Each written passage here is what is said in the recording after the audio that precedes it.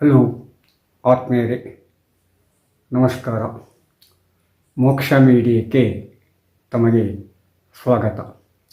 ನಾನು ಮೋಕ್ಷ ಹಿರೇಮಠ್.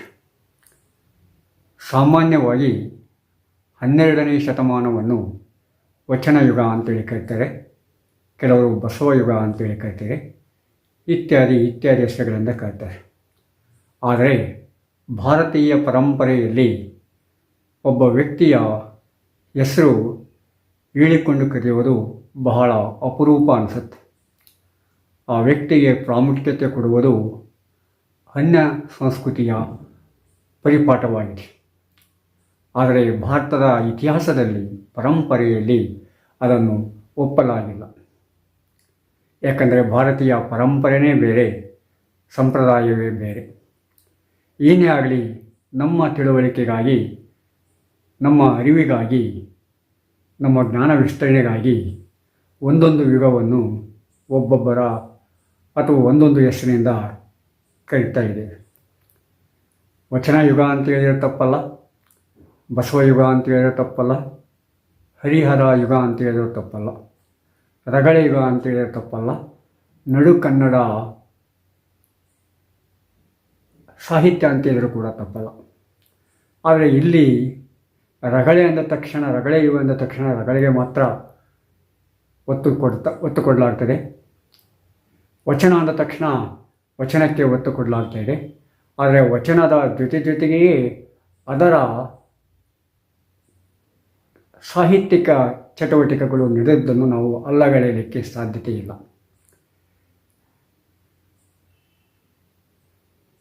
ಈ ವಚನ ಯುಗ ಅಂದ ತಕ್ಷಣ ನಾವು 12ನೇ ಶತಮಾನಕ್ಕೇ ನಿಲ್ಲಕ್ಕಾಗಲ್ಲ, ಅದರ ಹಿಂದೆ ಕೂಡ ನೋಡಬೇಕಾಗತ್ತೆ. ಯಾಕಂದರೆ ವಚನವನ್ನು ಪ್ರಾರಂಭ ಮಾಡಿದ್ದು ಬಸವಣ್ಣನೇನು ಮೊದಲಿಗನಲ್ಲ. ಅದಕ್ಕೆ ಒಂದು ರೂಪ ಕೊಟ್ಟವರು, ಅದಕ್ಕೆ ಒಂದು ತಾತ್ವಿಕ ಶಕ್ತಿಯನ್ನು ಕೊಟ್ಟವರು, ಅದನ್ನು ಎತ್ತರಕ್ಕೆ ಒಯ್ದವರು ಬಸವಣ್ಣ, ಅಲ್ಲಮಪ್ರಭು ಮತ್ತು ಅನೇಕ ಶರಣರಿದ್ದಾರೆ. ಆದರೆ ಬಸವಣ್ಣನಕ್ಕಿಂತ ಮೊದಲೇ ಬಂದಿರತಕ್ಕಂಥ ಕೆಲವು ಶರಣರನ್ನು ನಾನು ಇಲ್ಲಿ ನೆನಪು ಮಾಡಿಕೊಳ್ಳಬೇಕಾಗಿದೆ. ಯಾಕಂದರೆ ವಚನ ರಚನೆಯೇ ಪ್ರಾರಂಭವಾದದ್ದು ಜೇಡರ ದಾಸಿಮಯ್ಯನಿಂದ ಅಂತ ಹೇಳ್ತಾರೆ. ಈ ಜೇಡರ ದಾಸಿಮಯ್ಯ ಬಸವಣ್ಣನಕ್ಕಿಂತ ಮೊದಲೇ ಕನ್ನಡ ಸಾಹಿತ್ಯದ ಇತಿಹಾಸದಲ್ಲಿ ಬಂದಿರ್ತಾನೆ. ಜೇಡರ ದಾಸಿಮಯ್ಯನ ಅನೇಕ ವಚನಗಳನ್ನು ನೀವು ಕೇಳಿರ್ಬೋದು. ಕೆಲವರು ದೇವರ ದಾಸಿಮಯ್ಯ ಮತ್ತು ಜೇಡರ ದಾಸಿಮಯ್ಯ ಇಬ್ಬರು ಒಂದೇ ಅಂತೇಳಿ ಗೊಂದಲಕ್ಕೊಳಗಾಗ್ತಾರೆ. ಆದರೆ ಜೇಡರ ದಾಸಿಮಯ್ಯನೇ ಬೇರೆ, ದೇವರ ದಾಸಿಮಯ್ಯನೇ ಬೇರೆ. ದೇವರ ದಾಸಿಮಯ್ಯ ವೀರಶೈವ ತತ್ವಜ್ಞಾನಿ, ಜೇಡರ ದಾಸಿಮಯ್ಯ ವೀರಶೈವ ವಚನಕಾರ. ಈ ಕುರಿತು ಚಿದಾನಂದ ಮೂರ್ತಿಯವರು ಸ್ಪಷ್ಟವಾಗಿ ತಮ್ಮ ಬರಹಗಳಲ್ಲಿ ಹೇಳಿದ್ದಾರೆ. ನಾನು ಕೂಡ ಹಿಂದೆ ಕೆಲವಾರು ತಿಂಗಳ ಹಿಂದೆ ಅಥವಾ ವರ್ಷದ ಹಿಂದೆ ಇರ್ಬೋದು, ಈ ಜೇಡರ ದಾಸಿಮಯ್ಯ ಮತ್ತು ದೇವರ ದಾಸಿಮಯ್ಯ ಕುರಿತು ವಿಡಿಯೋವನ್ನು ಕೂಡ ಮಾಡಿದ್ದೆ. ಅದರ ಬಗ್ಗೆ ನಿಮಗೆ ಸ್ಪಷ್ಟತೆ ಬೇಕಾದರೆ ಆ ವಿಡಿಯೋಗಳನ್ನು ನೀವು ನೋಡ್ಬೋದು. ಇಲ್ಲಿ ಪ್ರಥಮ ವಚನಕಾರನಾಗಿ ಜೇಡರ ದಾಸಿಮಯ್ಯ ಬರ್ತಾನೆ. ಯಾಕಂದರೆ ಬಸವಣ್ಣನಕ್ಕಿಂತ ಎಷ್ಟೋ ವರ್ಷಗಳ ಮೊದಲು ಈ ಜೇಡರ ದಾಸಿಮಯ್ಯ ವಚನಗಳನ್ನು ಪ್ರಾರಂಭ ಮಾಡ್ತಾನೆ, ವಚನ ರಚನೆಯನ್ನು ಪ್ರಾರಂಭ ಮಾಡ್ತಾನೆ. ಎಷ್ಟೋ ವಚನಗಳು ಜನರ ಬಾಯಲ್ಲಿ, ಜನರ ನಾಲಿಗೆಯ ಮೇಲೆ ಇಂದೂ ಕೂಡ ನಲಿದಾಡ್ತಾ ಇದ್ದೇವೆ. ಹೀಗಾಗಿ ಜೇಡರ ದಾಸಿಮಯ್ಯನನ್ನು ಮೊದಲನೇ ವಚನಕಾರ ಅಂತೇಳಿ ಸಾಹಿತ್ಯ ಚರಿತ್ರಕಾರರು ಹೇಳ್ತಾ ಇದ್ದಾರೆ, ಒಪ್ಪಿಕೊಳ್ತಾ ಇದ್ದಾರೆ. ನಂತರದಲ್ಲಿ ವಚನ ರಚನೆ ಗಟ್ಟಿಯಾಗಿ ತಳವೂರಿ ಅದು ಒಂದು ಚಳವಳಿಗೆ ದಾರಿ ಮಾಡಿಕೊಟ್ಟದ್ದು ಇತಿಹಾಸ. ಆ ಇತಿಹಾಸವನ್ನು ನಾವು ಮರೆಯಲಿಕ್ಕೆ ಸಾಧ್ಯತೆ ಇಲ್ಲ. ಯಾಕಂದರೆ ಆ ಇತಿಹಾಸದ ಹೊಟ್ಟೆಯಲ್ಲಿ ಅನೇಕ ದಾಖಲೆಗಳಿವೆ. ಆ ದಾಖಲೆಗಳನ್ನು ಒಂದೊಂದಾಗಿ ಹೇಳ್ತಾ ಹೋದರೆ ಅದರ ಇತಿಹಾಸ, ಅದರ ಘನತೆ ನಮಗೆ ಗೊತ್ತಾಗಲಿಕ್ಕೆ ಸಾಧ್ಯತೆ ಇದೆ. ಆದರೆ ನಾನು ಇಲ್ಲಿ ಸಾಮಾನ್ಯವಾಗಿ ಗಮನ ಹರಿಸುವುದು ಈ ಹರಿಹರಕ್ಕಿಂತ ಮೊದಲೇ ಅಥವಾ ಬಸವಣ್ಣನಕ್ಕಿಂತ ಮೊದಲೇ ಬಂದಿರತಕ್ಕಂಥ ವಚನಕಾರರಲ್ಲಿ 3 ಹೆಸರುಗಳನ್ನು ಮಾತ್ರ ನಾನು ನಿಮ್ಮ ಮುಂದೆ ಇಡಲಿಕ್ಕೆ ಇಷ್ಟಪಡ್ತೇನೆ. ಒಂದು ಜೇಡರ ದಾಸಿಮಯ್ಯ. ಈಗಾಗಲೇ ಅದರ ಬಗ್ಗೆ ಸಾಕಷ್ಟು ಲೇಖನಗಳು ಬಂದಿವೆ, ಸಾಕಷ್ಟು ವಚನಗಳು ಬಂದಿವೆ. ಹೀಗಾಗಿ ಜೇಡರ ದಾಸಿಮಯ್ಯನನ್ನು ಮತ್ತೆ ಪರಿಚಯ ಮಾಡಿಕೊಳ್ಳೋದು ಅಷ್ಟೇನು ಸೂಕ್ತವಲ್ಲ ಈ ಸಮಯದಲ್ಲಿ ಅಂತ ಅನಿಸುತ್ತೆ. ಅದರ ನಂತರ ಶಂಕರ ದಾಸಿಮಯ್ಯ ಮತ್ತು ಸಕಲೇಶ ಮಾದರಸ ಎನ್ನುವ ಇಬ್ಬರು ವಚನಕಾರರು ಭಾಳ ಪ್ರಮುಖರಾಗ್ತಾರೆ. ಶಂಕರ ದಾಸಿಮಯ್ಯನ ವಚನಗಳು ಭಾಳ ಎಲ್ಲ ಎರಡೇ ಸಿಕ್ಕಿವೆ ಅಂತ ಹೇಳ್ತಾ ಇದ್ದಾರೆ. ಆ ಎರಡನ್ನು ಆಧರಿಸಿ ನಾವು ಏನನ್ನು ಹೇಳಲಿಕ್ಕೆ ಸಾಧ್ಯತೆ ಇಲ್ಲದೆ ಇರುವುದರಿಂದ ಸಕಲೇಶ ಮಾದರ್ಸನ್ನು ಕುರಿತು ನಾವು ಕೆಲವಾರು ವಿಷಯಗಳನ್ನು ಹೇಳ್ಬೋದು. ಜೇಡರ ದಾಸಿಮಯ್ಯ ವಚನ ಸಾಹಿತ್ಯಕ್ಕೆ ಗಟ್ಟಿ ನಿಲುವನ್ನು ವ್ಯಕ್ತಪಡಿಸ್ತಾನೆ. ಅವನು ಒಂದು ವಚನ ಕೇಳಿಬಿಟ್ರೆ ನಿಮಗೆಲ್ಲ ಆಶ್ಚರ್ಯ ಅನಿಸುತ್ತೆ.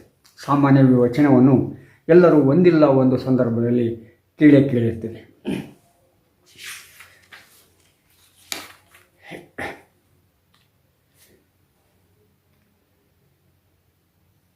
ಇಳೆ ನಿಮ್ಮ ದಾನ, ಬೆಳೆ ನಿಮ್ಮ ದಾನ,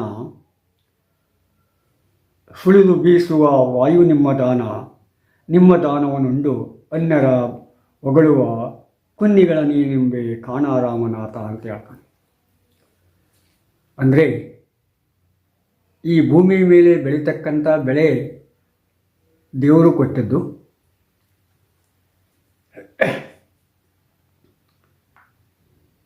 ಭೂಮಿ ದೇವರು ಕೊಟ್ಟಿದ್ದು, ಆ ಭೂಮಿಯ ಮೇಲೆ ಪಸರಿಸುವ ಬೀಸುವ ಗಾಳಿ ಕೂಡ ದೇವರ ಕೊಟ್ಟದ್ದು. ಇವೆಲ್ಲ ದೇವರ ಕಾಣಿಕೆಗಳು ಜನಸಾಮಾನ್ಯರಿಗೆ, ಎಲ್ಲ ವರ್ಗದ ಜೀವಿಗಳಿಗೆ. ಆದರೆ ಈ ಎಲ್ಲ ಕೊಟ್ಟು ದೇವರು ಕೊಟ್ಟು ಶಿವನ ಕೊಟ್ಟಿರ್ತಾನಲ್ಲ, ಈ ಎಲ್ಲ ದಾನಗಳನ್ನು ಉಂಡು ಮತ್ತೆ ಶಿವನನ್ನು ಬೈತಕ್ಕಂಥ ಕುನ್ನಿಗಳಿಗೆ ಏನನ್ನಬೇಕು ಅಂತೇಳಿ ಸ್ಪಷ್ಟವಾದ ಮಾತುಗಳು ಹೇಳ್ತಾನೆ. ಕುನ್ನಿ ಅಂದರೆ ಕನ್ನಡದಲ್ಲಿ ಹೆಣ್ಣು ನಾಯಿ ಅಂತ ಅರ್ಥ ಆಗುತ್ತೆ. ಈ ಹೆಣ್ಣು ನಾಯಿ ಯಾವಾಗಲೂ ಅರಸುವುದಕ್ಕೆ, ಚೀರಾಡುವುದಕ್ಕೆ ಭಾಳ ಪ್ರಸಿದ್ಧಿಯನ್ನು ಪಡೆಯುತ್ತೆ.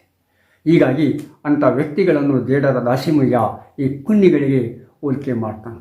ಅಂದರೆ ಎಷ್ಟು ಸಬಲವಾಗಿ ಗಟ್ಟಿಯಾಗಿ ಅದನ್ನು ಹೇಳ್ತಾನೆ ಅಂತಂದರೆ ಅದನ್ನು ಕೇಳಿದ ತಕ್ಷಣ ನಮಗೇನೋ ಅನ್ನಿಸ್ತಿರಬೇಕು. ಇಲ್ಲಿ ಉಪಯೋಗ ಮಾಡಿರ್ತಕ್ಕಂಥ ವಚನದ ಶಬ್ದಗಳೇನಿದಾವಲ್ಲ ಅವು ಯಾವುವು ಕಠಿಣ ಶಬ್ದಗಳಲ್ಲ, ಜನಸಾಮಾನ್ಯರು ಬಳಸ್ತಕ್ಕಂಥ ಶಬ್ದಗಳು. ಜನಸಾಮಾನ್ಯರ ಭಾಷೆಯಲ್ಲಿ ಶಿವನ ಹಿರಿಮೆಯನ್ನು ಎತ್ತಿ ಹಿಡಿತಾನೆ ಜೇಡರ ದಾಸಿಮಯ್ಯ. ಹೀಗಾಗಿ ಜೇಡರ ದಾಸಿಮಯ್ಯನನ್ನು ಮೊದಲನೇ ವಚನಕಾರ ಅಂತೇಳಿ ಸಾಹಿತ್ಯ ಚಿತ್ರಕಾರರು ಪರಿಗಣಿಸ್ತಾರೆ. ನಂತರದಲ್ಲಿ ಶಂಕರ ದಾಸಿಮಯ್ಯರು ಬರ್ತಾರೆ. ಆದರೆ ಶಂಕರ ದಾಸಿಮಯ್ಯನ ವಚನಗಳು ಬಹಳ ಸಿಕ್ಕಿಲ್ಲ, 2 ಸಿಕ್ಕಿವೆ ಅಂತ ಹೇಳ್ತಾ ಇದ್ದಾರೆ. ಆ 2ರ ಆಧಾರದ ಮೇಲೆ ನಾವು ಒಂದು ನಿಲುವಿಗೆ ಬರೋದು ಭಾಳ ಕಷ್ಟ ಆಗುತ್ತೆ. ನಂತರದಲ್ಲಿ ಸಕಲೇಶ ಮಾದರಸನ್ನು ನಾವು ಹೇಳ್ಬೋದು. ಸಕಲೇಶ ಮಾದರಸ ಯಾವುದೋ ಒಂದು ಪ್ರಾಂತದ ಅರಸ. ಆ ಅರಸನ 88 ವಚನಗಳು ಸಿಕ್ಕಿವೆ ಅಂತ ಹೇಳ್ತಾರೆ. ಸಕಲೇಶ ಮಾದರಸ ಭಕ್ತಿಯ ವೈರಾಗ್ಯದಿಂದ ಶ್ರೀಶೈಲ ಕಡೆಗೆ ಹೋಗ್ತಾನೆ. ಶ್ರೀಶೈಲದಲ್ಲಿ ಅವರ ತಂದೆ ಮಲ್ಲರಸ ಇರ್ತಾನೆ. ಆಗ ಮಲ್ಲರಸ ಹೇಳ್ತಾನೆ, ನೀನು ಹೋಗಿ ಬಸವಣ್ಣನವರನ್ನು ಕಾಣುವಂತೆ. ಆಗ ಸಕಲೇಶ ಮಾದರಸ ಬಸವಣ್ಣನ ಕಾಣಲಿಕ್ಕೆ ಕಲ್ಯಾಣಕ್ಕೆ ಹೋಗ್ತಾನೆ. ಈ ರೀತಿ ಅವರ ಪ್ರಯಾಣ ಮುಂದುವರಿತಾ ಇದೆ. ಆ ಮುಂದುವರಿಯುವ ಸಂದರ್ಭದಲ್ಲಿ ಅಲ್ಲಿ ಮುಂದುವರಿದಾಗ ಆ ಸ್ಥಳವನ್ನು ತಲುಪಿದಾಗ ಅನೇಕ ವಚನಗಳನ್ನು ಸಕಲೇಶ ಮಾದರಸ ರಚನೆ ಮಾಡ್ತಾನೆ. ಆ ಸಕಲೇಶ ಮಾದರಸನ ವಚನಗಳು ಕೂಡ ಭಾಳ ಪ್ರಮುಖವಾಗ್ತವೆ.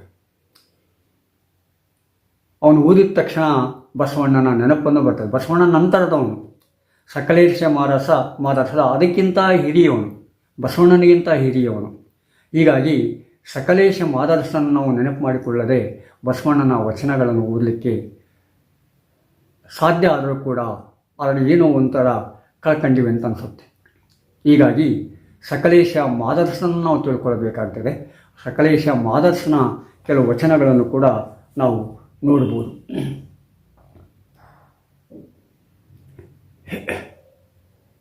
ಆ ಸಕಲೇಶ ಮಾದರ್ಸನ ಅಂಕಿತ ನಾಮ ಸಕಲೇಶ್ವರ ಅಂತೇಳಿ. ಇದು ತಮಗೆಲ್ಲ ಗೊತ್ತು. ವಚನಕಾರರು ಪ್ರತಿ ವಚನದ ಕೊನೆಯಲ್ಲಿ ಅಥವಾ ಎಲ್ಲೋ ಒಂದು ಕಡೆ ತಮ್ಮ ಅಂಕಿತ ನಾಮವನ್ನು ಉಪಯೋಗ ಮಾಡಿರ್ತಾರೆ. ಇಲ್ಲಿ ಸಕಲೇಶ ಮಾದರ್ಸ ಉಪಯೋಗಿಸಿರ್ತಕ್ಕಂಥ ಅಂಕಿತ ಸಕಲೇಶ್ವರ ಅಂತೇಳಿ.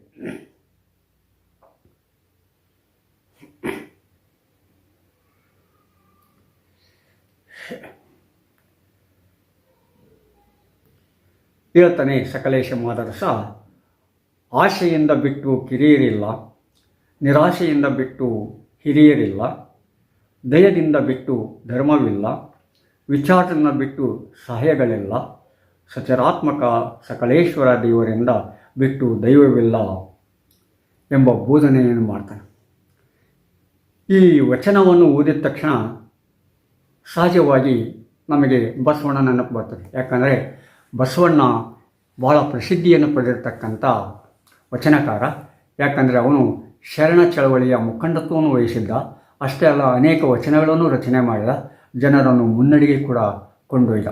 ಈ ಹಿನ್ನೆಲೆಯಲ್ಲಿ ಬಸವಣ್ಣ ಈಗಾಗಲೇ ಕನ್ನಡ ಸಾಹಿತ್ಯದಲ್ಲಿ ತನ್ನದೇ ಆದ ಸ್ಥಾನವನ್ನು ಪಡೆದಿದ್ದಾನೆ. ಅಷ್ಟೇ ಅಲ್ಲ, ಕರ್ನಾಟಕ ಸರ್ಕಾರ ಬಸವಣ್ಣನನ್ನು ತನ್ನ ರಾಯಭಾರಿಯನ್ನಾಗಿ ಕೂಡ,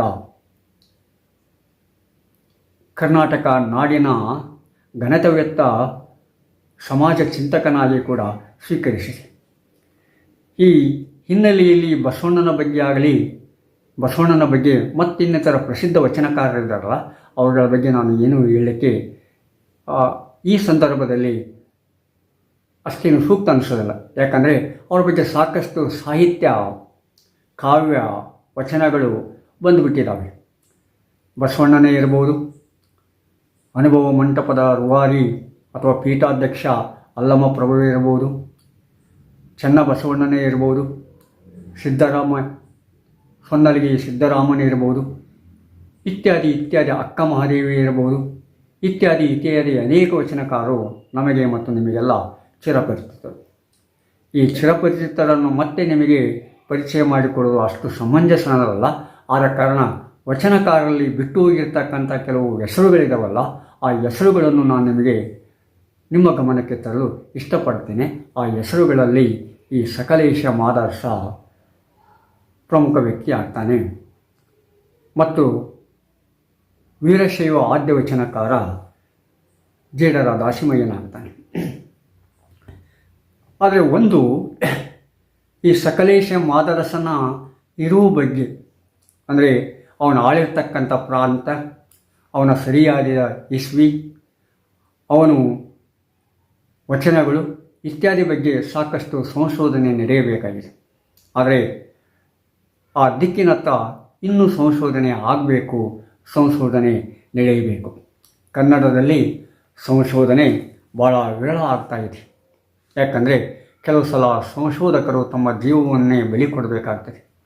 ಆ ಹಿನ್ನೆಲೆಯಲ್ಲಿ ಇರ್ತಕ್ಕಂಥ ಕೆಲವು ಸಂಶೋಧಕರು ಸಂಶೋಧನೆಯನ್ನು ಬಿಟ್ಟು ಮತ್ತು ಯಾವುದರಲ್ಲಿ ತೊಡಗಿಬಿಟ್ಟಿದ್ದಾರೆ. ಆದರೆ ಸಂಶೋಧನೆ ಭಾಳ ಪ್ರಾಮುಖ್ಯ. ಆ ಸಂಶೋಧನೆಯನ್ನು ಮಾಡಬೇಕು. ಕಗ್ಗತ್ತೆಯಲ್ಲಿ ಸಿಕ್ಕಿ ಹಾಕಿಕೊಂಡಿರುವ ಅನೇಕ ವಿಷಯಗಳನ್ನು, ಕಗ್ಗತ್ತದಲ್ಲಿ ಮುಚ್ಚಿಟ್ಟಿರುವ ಅನೇಕ ವಿಷಯಗಳನ್ನು ಹೊರತೆಗೆಯಬೇಕಾಗ್ತದೆ. ಹಾಗೆ ಹೊರಗೆ ತೆಗೆಯಬೇಕಾದರೆ ಈ ಸಂಶೋಧನೆ ಬಹಳ ಮುಖ್ಯ. ಯಾವುದೇ ವಚನಕಾರರಾಗಲಿ ಅವರ ಅಂಕಿತ ಸಿಗುತ್ತದೆ, ಅವರ ಕೆಲವು ವಚನಗಳು ಸಿಗ್ತವೆ. ಆದರೆ ಅವರ ತಂದೆ ತಾಯಿ, ಅವರ ಬಂಧು ಬಳಗ ಅಥವಾ ಅವರು ಓಡಾಡಿರ್ತಕ್ಕಂಥ ಪ್ರದೇಶ ಇತ್ಯಾದಿಗಳು ಭಾಳ ಕಡಿಮೆ ಪ್ರಮಾಣದಲ್ಲಿ ನಮಗೆ ದೊರೆಯುತ್ತವೆ. ಈ ಹಿನ್ನೆಲೆಯಲ್ಲಿ ಈ ಹರಿಹರ ಯುಗ ಅಂದ ತಕ್ಷಣ ಏನಾಗ್ತದೆ, ನಮಗೆ ವಚನಕಾರರು ಬರ್ತಾರೆ, ಕವಿಗಳು ಬರ್ತಾರೆ, ಪಂಡಿತರು ಬರ್ತಾರೆ. ಪಾಮರರನ್ನು ಪಂಡಿತರನ್ನಾಗಿ ಮಾಡಿರ್ತಕ್ಕಂಥ ವಚನಕಾರರು, ಅದೇ ರೀತಿ ಪಂಡಿತರಿಗೆ ಮಾತ್ರ ಸೀಮಿತವಾಗಿರ್ತಕ್ಕಂಥ ಕವಿಗಳನ್ನು ಕೂಡ ನಾವು ಈ ಒಂದು ಯುಗದಲ್ಲಿ ಕಾಣ್ಬೋದು. ಇದು ವಿಶಿಷ್ಟವಾದ ಒಂದು ಯುಗ. ಬೇರೆ ಯುಗದಲ್ಲಿ ಏನಾಗುತ್ತೆ, ಬರೀ ಕವಿಗಳಿರ್ತಾರೆ. ಆದರೆ ಈ ಯುಗದಲ್ಲಿ ವಚನಕಾರರು ಬರ್ತಾರೆ, ಕವಿಗಳು ಬರ್ತಾರೆ. ಬೇರೆ ಯುಗದಲ್ಲಿ ಏನಾಗುತ್ತೆ, ಬರೀ ಪಂಡಿತರಿಗೆ ಮಾತ್ರ ಸೀಮಿತವಾಗಿರುತ್ತೆ ಅವರ ಸಾಹಿತ್ಯ, ಅರಮನೆಗೆ ಮಾತ್ರ ಸೀಮಿತವಾಗಿರುತ್ತೆ ಅವರ ಸಾಹಿತ್ಯ, ಗುರುಮನೆಗೆ ಮಾತ್ರ ಸೀಮಿತವಾಗಿರುತ್ತೆ ಅವರ ಸಾಹಿತ್ಯ. ಆದರೆ 12ನೇ ಶತಮಾನದ ಸಾಹಿತ್ಯ ಅಂದರೆ ಈ ಜೇಡರ ದಾಸಿಮಯ್ಯನಿಂದ ಹಿಡಿದುಕೊಂಡು ಮುಂದುವರಿರತಕ್ಕಂಥ ವಚನ ಸಾಹಿತ್ಯ ಪಾಮರರನ್ನು ಪಂಡಿತರನ್ನಾಗಿ ಮಾಡ್ತಾ ಇದೆ, ಪಾಮರರ ಕಣ್ಣನ್ನು ತೆರೆಸ್ತಾ ಇದೆ, ಅವರ ಗ್ರಹಿಕೆಯನ್ನು, ಅವರ ಅರಿವನ್ನು ಹೆಚ್ಚಿಗೆ ಮಾಡ್ತಾ ಇದೆ. ಅಷ್ಟೇ ಅಲ್ಲ, ಅವರಿಗೆ ಒಂದು ಬೆಳಕಿನ ಕಿರಣವನ್ನು ತೋರಿಸ್ಕೊಡ್ತದೆ, ಒಂದು ಆಶಾ ಕಿರಣವನ್ನು ತೋರಿಸ್ಕೊಡ್ತದೆ. ಪಾಮರರು ಪಂಡಿತರಾಗಿರ್ತಕ್ಕಂಥದ್ದು ಭಾಳ ವಿಶೇಷ. ಪಂಡಿತರು ಪಾಮರರಾಗ್ಬೋದು, ಆದರೆ ಪಾಮರರು ಪಂಡಿತರಾಗೋದು ಭಾಳ ಕಷ್ಟ ಆಗುತ್ತೆ. ಆದರೆ ಪಾಮರರು ಪಂಡಿತರಾಗಿರ್ತಕ್ಕಂಥ ಒಂದು ಘಟನೆಯನ್ನು ನಾವು ಈ ವಚನಕಾರರಲ್ಲಿ ಕಾಣ್ಬೋದು. ಅದೇ ರೀತಿ ಅದೇ ಯುಗದಲ್ಲಿ ಪಂಡಿತರು ಕೂಡ ಬರ್ತಾರೆ. ಹರಿಹರನಂಥ ಪಂಡಿತ, ಬಸವಣ್ಣನ ಇಮಿಡಿಯೇಟಾಗಿ ಸಿಗತಕ್ಕಂಥ ಕವಿ. ಬಸವಣ್ಣ ಈ ಲಿಂಗೈಕ್ಯನಾದ ಮೇಲೆ, ಕೈಲಾಸ ವಾಸಿಯಾದ ಮೇಲೆ ನಮಗೆ ಕನ್ನಡ ಸಾಹಿತ್ಯದಲ್ಲಿ ಸಡನ್ನಾಗಿ ಬರುವ ಕವಿ ಈ ಹರಿಹರ. ಹೀಗಾಗಿ ಹರಿಹರನಿಗೆ ಈ ಬಸವಣ್ಣನ ಬಗ್ಗೆ ಒಂದಿಲ್ಲ ಒಂದು ತೆರನಾದ ಭಾಳ ಸಮೀಪವಾದ ಜ್ಞಾನ ಇರ್ತದೆ, ಸಮೀಪವಾದ ವಿಷಯ ಇರ್ತದೆ, ಸಮೀಪವಾದ ವಿಷಯ ಸಂಗ್ರಹ ಇರುತ್ತೆ. ಹೀಗಾಗಿ ಹರಿಹರ ಹೇಳಿರ್ತಕ್ಕಂಥ ಮಾತುಗಳನ್ನು ನಾವು ಅಥಾರಿಟೇಟಿವ್ ತಗೊಳ್ಬೇಕಾಗ್ತದೆ, ಅಧಿಕಾರವಾಣಿಯಿಂದ ಅಧಿಕಾರಯುತವಾಗಿ ನಾವು ಪರಿಗಣಿಸಲಿಕ್ಕೆ ಸಾಧ್ಯತೆ ಇದೆ. ಅಂಥ ಹರಿಹರನ ಯುಗದಲ್ಲಿ ಆ ಬಸವಣ್ಣನ ಬಗ್ಗೆ ಬರೆದಿರ್ತಕ್ಕಂಥ ಅನೇಕ ಕವನಗಳೇ, ಅನೇಕ ಕಾವ್ಯ ಇದೆ, ರಗಳೆಗಳಿವೆ, ಶರಣರ ಬಗ್ಗೆ ಬರೆದಿರ್ತಕ್ಕಂಥ ರಗಳೆಗಳಿವೆ. ಪದ್ಮರಸ ಅಂತಕ್ಕಂಥ ಕವಿ ಬರ್ತಾನೆ, ಭೀಮಕವಿ ಬರ್ತಾನೆ, ಪದ್ಮನಾಂಕ ಅಂತ ಬರ್ತಾನೆ, ರಾಘವಾಂಕ ಬರ್ತಾನೆ, ಜನ್ನ ಬರ್ತಾನೆ, ಕುಮದೇಂದು ಬರ್ತಾನೆ, ಮತ್ತು ಇನ್ನಿತರ ಅನೇಕ ಕವಿಗಳು ಇದೇ ಒಂದು ಯುಗದಲ್ಲಿ ಬರ್ತಾರೆ. ಆದ ಕಾರಣ ಇದು ವಿಶಿಷ್ಟ ಯುಗ ಆಗುತ್ತೆ. ಬರೀ ವಚನ ಅಂದರೆ ವಚನಕ್ಕಷ್ಟೇ ಸೀಮಿತ ಆಗಿಬಿಡ್ತದೆ, ಬರೀ ಕಾವ್ಯ ಅಂದರೆ ಕವಿಗಳಿಗೆ ಮಾತ್ರ ಸೀಮಿತ ಆಗಿಬಿಡ್ತದೆ. ಇವೆರಡೂ ಹದವಾಗಿ ಮಿಲನವಾಗಿರ್ತಕ್ಕಂಥ, ಮೇಳೈಸಿರ್ತಕ್ಕಂಥ ಒಂದು ಯುಗ ಅಂದರೆ ಈ 12ನೇ ಶತಮಾನದ ಯುಗ. ಶರಣ ಚಳವಳಿ ಮತ್ತು ಸಡನ್ನಾಗಿ ಶರಣ ಚಳವಳಿಯನ್ನು ಹಿಂದೆ ಶರಣ ಚಳವಳಿಯ ನಂತರ ಬಂದಿರತಕ್ಕಂಥ ಈ ಕಾವ್ಯ, ಇವೆರಡನ್ನೂ ನಾವು ಪರಿಗಣಿಸಿದಾಗ ಏನಾಗುತ್ತೆ, ನಮಗೆ ಕನ್ನಡ ಸಾಹಿತ್ಯದ ವೈಶಿಷ್ಟ್ಯತೆ ಗೊತ್ತಾಗುತ್ತೆ. ಸಾಮಾನ್ಯವಾಗಿ ಈ ವೈಶಿಷ್ಟ್ಯ ಕನ್ನಡ ಸಾಹಿತ್ಯದ ಇತರ ಯುಗಗಳಲ್ಲಿ ಸಿಗ್ತಾ ಇಲ್ಲ. ಅದನ್ನು ನಾವು ಸ್ಪಷ್ಟವಾಗಿ ಅರ್ಥ ಮಾಡಿಕೊಳ್ಬೇಕಾಗ್ತದೆ. ಈ ದಿಕ್ಕಿನತ್ತ 12ನೇ ಶತಮಾನವನ್ನು ವಚನ ಯುಗ ಅಂತ ಹೇಳೋದ್ರ ಜೊತೆಗೆ ಕಾವ್ಯದ ಯುಗ ಅಂತ ಕೂಡ ಹೇಳಬೇಕಾಗತ್ತೆ, ರಗಳೆ ಯುಗ ಅಂತ ಹೇಳಬೇಕಾಗತ್ತೆ, ಭಾಮಿನಿ ಷಟ್ಪದಿಯ ಯುಗ ಅಂತ ಹೇಳಬೇಕಾಗತ್ತೆ, ಷಟ್ಪದಿಯ ಯುಗ ಅಂತ ಹೇಳಬೇಕಾಗ್ತೈತಿ. ಹೀಗಾಗಿ ಅನೇಕ ಹೊಸ ಹೊಸ ದಾರಿಗಳನ್ನು, ಅನೇಕ ಹೊಸ ಹೊಸ ಒಳವುಗಳನ್ನು ತೋರಿಸಿರ್ತಕ್ಕಂಥ ಈ 12ನೇ ಶತಮಾನದ ವಚನ ಮತ್ತು ಹರಿಹರನ ಕಾಲದ ಕವಿಗಳೇನಿರ್ತಾರಲ್ಲ, ಪಂಡಿತ ಕವಿಗಳೇನಿರ್ತಾರಲ್ಲ, ಗುರುಮನೆ ಮತ್ತು ಅರಮನೆಗೆ ಬಂದಿರತಕ್ಕಂಥ ಕವಿಗಳಿರ್ತಾರಲ್ಲ, ಅವರ ಅಷ್ಟೇ ಕನ್ನಡ ಸಾಹಿತ್ಯದ ಬೆಳವಣಿಗೆ ದೃಷ್ಟಿಯಿಂದ ಅಷ್ಟೇ ಪ್ರಾಮುಖ್ಯರಾಗ್ತಾರೆ. ಈ ಹಿನ್ನೆಲೆಯಲ್ಲಿ ನಾವು ಈ 12ನೇ ಶತಮಾನದ ಸಾಹಿತ್ಯವನ್ನು ಸ್ಪಷ್ಟವಾಗಿ ಅರ್ಥ ಮಾಡಿಕೊಳ್ಳಲಿಕ್ಕೆ ಪ್ರಯತ್ನ ಪಡಬೇಕು. ಈ ದಿಕ್ಕಿನತ್ತ ಕನ್ನಡ ಸಾಹಿತ್ಯ ಚರಿತ್ರೆಯನ್ನು ನೋಡಿದ್ದು ಭಾಳ ವಿರಳ ಅಂತ ಅನಿಸುತ್ತೆ. ಕೆಲವರು ಬೇರೆ ಬೇರೆ ರೀತಿಯಾಗಿ ಕನ್ನಡ ಸಾಹಿತ್ಯವನ್ನು ವಿಶ್ಲೇಷಣೆ ಮಾಡಿದ್ದಾರೆ. ಅದು ಅವರವರ ಕಾಲದ ಇತಿಮಿತಿಗಳನ್ನು ತೋರಿಸ್ಕೊಡ್ತದೆ. ಅವರ ಶ್ರಮ, ಶಕ್ತಿ ಮತ್ತು ಬದ್ಧತೆಯನ್ನು ನಾವು ಪ್ರಶ್ನೆ ಮಾಡಲಿಕ್ಕೆ ಸಾಧ್ಯತೆ ಇಲ್ಲ.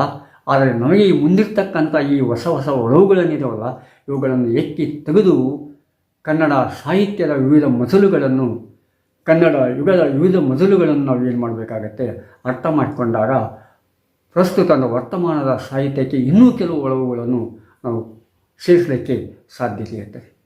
ಈ ಹಿನ್ನೆಲೆಯಲ್ಲಿ ನಾವು 12ನೇ ಶತಮಾನದ ಕೆಲವು ಅಂದರೆ ಗೊತ್ತಿರತಕ್ಕಂಥ ವಚನಕಾರನನ್ನು ಪರಿಚಯ ಮಾಡಿದ್ದಾನೆ, ಗೊತ್ತಿರತಕ್ಕಂಥ ಕೆಲವು ಕವಿಗಳನ್ನು ಕೂಡ, ಅಂದರೆ ಹರಿಹರನ ಕಾಲದ ಕವಿಗಳನ್ನು ಕೂಡ ಪರಿಚಯ ಮಾಡಲಿಕ್ಕೆ ಪ್ರಯತ್ನ ಪಡ್ತೀನಿ. ಈಗ ಕೆಲವಾರು ಹೆಸರುಗಳನ್ನು ಮಾತ್ರ ನಿಮ್ಮ ಮುಂದೆ ಇಟ್ಟಿದ್ದೇನೆ.